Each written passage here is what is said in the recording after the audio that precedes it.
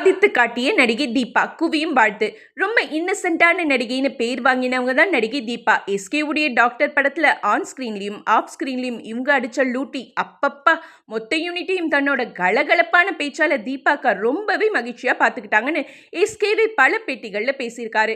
மெட்டி ஒலி சீரியல்ல தன்னோட கெரியரை ஸ்டார்ட் பண்ண தீபா ஒரு நடன கலைஞரும் கூட. அதைத் தொடர்ந்து பல டிவி ஷோக்களை கலந்துகிட்டதோட மாயாண்டி குடும்பத்தார், வெடிகுண்டு முருகேசன், டிடி ரிட்டர்ன்ஸ், லேட்டஸ்டா ராஜா கிளி படத்துல தம்பி ராமையாவுக்கு ஜோடியா நடிச்சு கலக்கினாங்க.